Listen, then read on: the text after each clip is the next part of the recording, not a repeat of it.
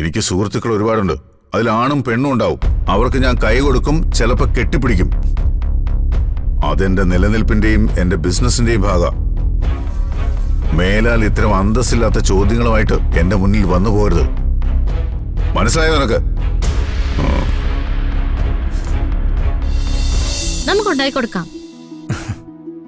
നല്ല ഭക്ഷണം ഉണ്ടാക്കി കൊടുത്തിട്ട് അതിൽ നിന്ന് ഒരു ചെറിയ ലാഭം എടുത്താൽ മതി. അവരുടെ മനസ്സ് നിറയണം, നമ്മുടെ കാര്യം നടക്കണം.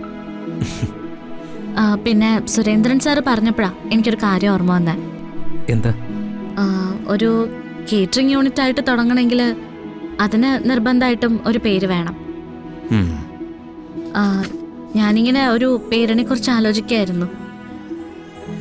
സാറിന്റെ സംസാരത്തിൽ ഒരു പേര് വന്നു. ഏത് പേര്? ഞാൻ കേട്ടില്ലല്ലോ.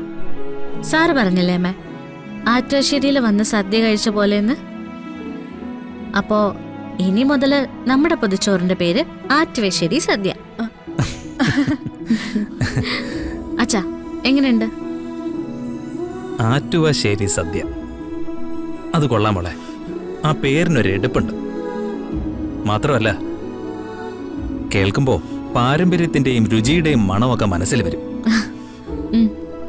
അപ്പോ നമ്മൾ ഉറപ്പിച്ചു, ആറ്റുശ്ശേരി സദ്യ. അങ്ങനെ തന്നെ അല്ലേ?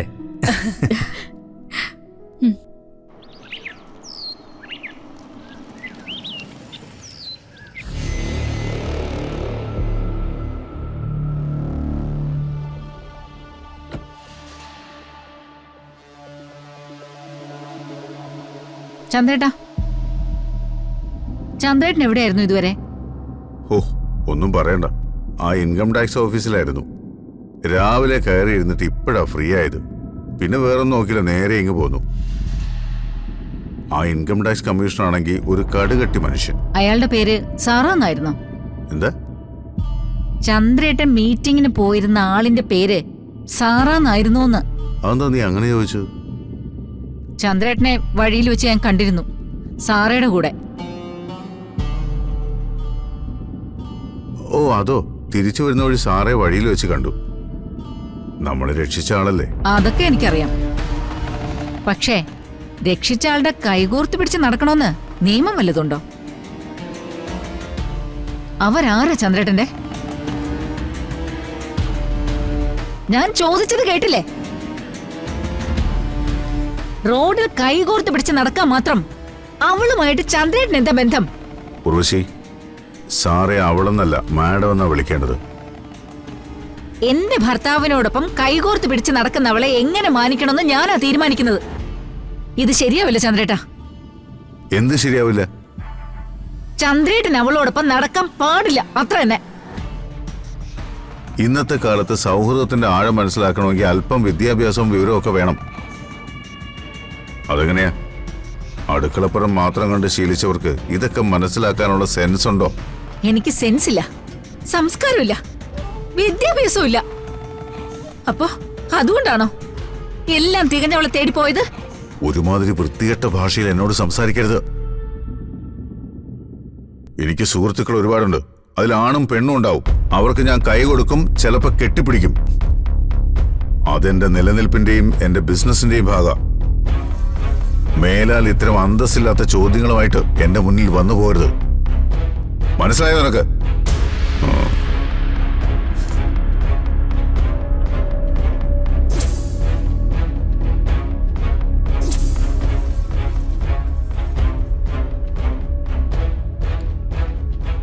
മുത്തശ്ശി, എനിക്കൊരു ഐഡിയ. വല്ല ഗുണമുള്ളതാണോ? ആ രാധികയ്ക്കിട്ടൊരു പണി കൊടുക്കാനുള്ളതാ. എന്നാ പറ. അവളൊരു കാറ്ററിംഗ് തുടങ്ങിയ കാര്യം അവിടെ പറയുന്ന കേട്ടില്ലേ? എപ്പോ? മുത്തശ്ശി, അവള് പൊതിച്ചോറുണ്ടാക്കി കൊടുക്കുന്നതിനെ പറ്റി പറഞ്ഞോ? ആ, അത് പറഞ്ഞു. ആ വഴി നമുക്കൊന്ന് നോക്കിയാലോ? അല്ല, ആ വഴി നമ്മൾ എന്ത് നോക്കാനാ? അവള് പൊതിച്ചോറുണ്ടാക്കി വിറ്റാ അവക്ക് കാശ് കിട്ടും. അതിന് നമുക്കെന്താ? ഓക്കേ, അവള് തുടങ്ങിയിട്ടല്ലേ ഉള്ളൂ. പെട്ടെന്നൊരു വലിയ ഓർഡർ കിട്ടിയ ഇപ്പോഴത്തെ അവസ്ഥയില് അവള് ചാടി വീഴില്ലേ? അവളുടെ ഭക്ഷണമായിട്ട് അവളെ ഇവിടെ കിട്ടണം, നമ്മുടെ രണ്ടാളുടെ മുന്നിൽ. അതെങ്ങനെയാടി? അവള് പൊതിച്ചോറ് വിൽക്കാൻ ഇവിടെ വരുവോ? വരുത്തണം. നമ്മുടെ പ്രൊഡക്ഷൻ കൺട്രോളറെ കൊണ്ട് ആ മാനേജറെ വിട്ടൊന്ന് സംസാരിക്കാൻ പറയാം. ഷൂട്ടിങ്ങിന്റെ കാര്യം പറയണ്ട, നമ്മുടെ രണ്ടുപേരുടെയും പേരും പറയണ്ട. 100 പേർക്കുള്ള ഭക്ഷണം ഉണ്ടാക്കി തരാൻ പറയണം. അവളത് ഏറ്റെടുത്താ നമ്മൾ രക്ഷപ്പെട്ടു. ഭക്ഷണവും കൊണ്ട് അവള് തന്നെയായിരിക്കും നേരിട്ട് ലൊക്കേഷനിൽ വരിക. വരുന്നതേ നമ്മുടെ മുമ്പിലേക്കാ, നമ്മുടെ സെറ്റിലേക്കാ. പിന്നെന്ത് വേണോന്ന് മുത്തശ്ശിയോട് ഞാൻ പറഞ്ഞു തരണോ?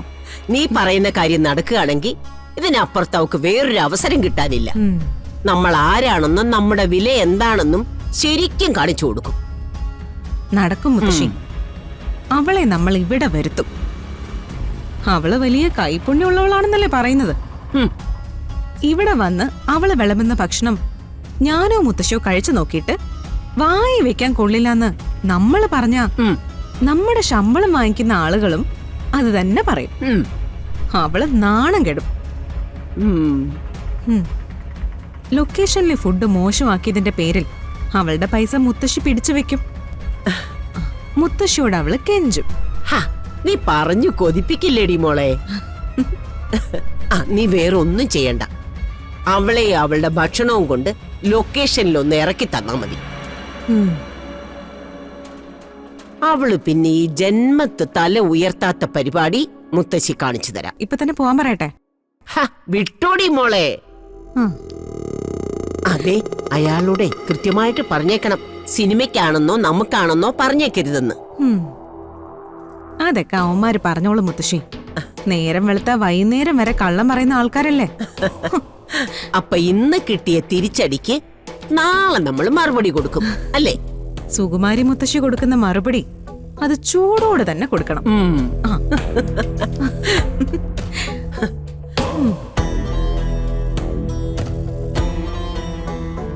ഐശ്വര്യ, എന്തായി അന്വേഷണത്തിന്റെ റിസൾട്ട്? സോറി മാഡം, സത്യം പറഞ്ഞ നമ്മുടെ അന്വേഷണം ഒരിടത്തും എത്തിയിട്ടില്ല. ഇപ്പോഴത്തെ നിഗമനത്തിൽ പോലീസുകാരുടെ അന്വേഷണത്തിൽ തന്നെയാണ് നമ്മളും എത്തി നിൽക്കുന്നത്. ശ്യാമ മേഡവും കൂടെയുള്ള സ്ത്രീയും ഏത് വഴിക്കാണ് സഞ്ചരിച്ചിരിക്കുക എന്ന് ഒരു റിപ്പോർട്ടും നമുക്കിതുവരെ കിട്ടിയിട്ടില്ല. ഒരു എവിഡൻസും തൽക്കാലം നമ്മുടെ കയ്യിലും ഇല്ല. കൂടുതൽ അന്വേഷണം ഏത് രീതിയിലാണ് വേണ്ടതെന്ന് മേഡം പറഞ്ഞിരുന്നെങ്കിൽ. നമുക്ക് മൊത്തം ടീമിന്റെ കൂടെ ഇരുന്ന് അതൊന്ന് പ്ലാൻ ചെയ്യണം. സമയം വൈകുന്നത് അപകടമാണ്. കൊണ്ടുപോയിരിക്കുന്നവര് ഏത് രീതിയിലാ പെരുമാറണേന്ന് നമുക്ക് പറയാൻ പറ്റില്ല. മാഡം, സംസ്ഥാനത്തിന് തന്നെ ഇത്രയും പ്രധാനപ്പെട്ട ഒരു സെലിബ്രിറ്റി അപ്രത്യക്ഷമായതിൽ ഒരുപക്ഷെ നോർമലായ അന്വേഷണമാണ് പോലീസിന്റെ ഭാഗത്തു നിന്നും ഉണ്ടാവുന്നതെന്ന് സംശയമുണ്ട്. ഒരു ഘട്ടത്തിൽ CM വരെ ഇടപെട്ട കേസല്ലേ? പോലീസിന്റെ അന്വേഷണം എന്നും അങ്ങനെയായിരിക്കുമല്ലോ. അതിൽ കൂടുതലൊന്നും നമ്മൾ പ്രതീക്ഷിക്കണ്ട. നമുക്ക് നമ്മുടേതായ മാർഗം കണ്ടെത്തണം. പക്ഷേ ഏറ്റവും പ്രധാനപ്പെട്ട കാര്യം, രാധികയെ ഇപ്പൊ ഇതൊന്നും അറിയിക്കാൻ പറ്റില്ല. ഞാൻ അവളുടെ അമ്മയെ കണ്ടെത്തും, അവളുടെ മുമ്പിൽ കൊണ്ടുപോയി നിർത്തുമെന്നുള്ള പരിപൂർണ വിശ്വാസത്തിലാ രാധിക. നമുക്ക് പറ്റും മാഡം.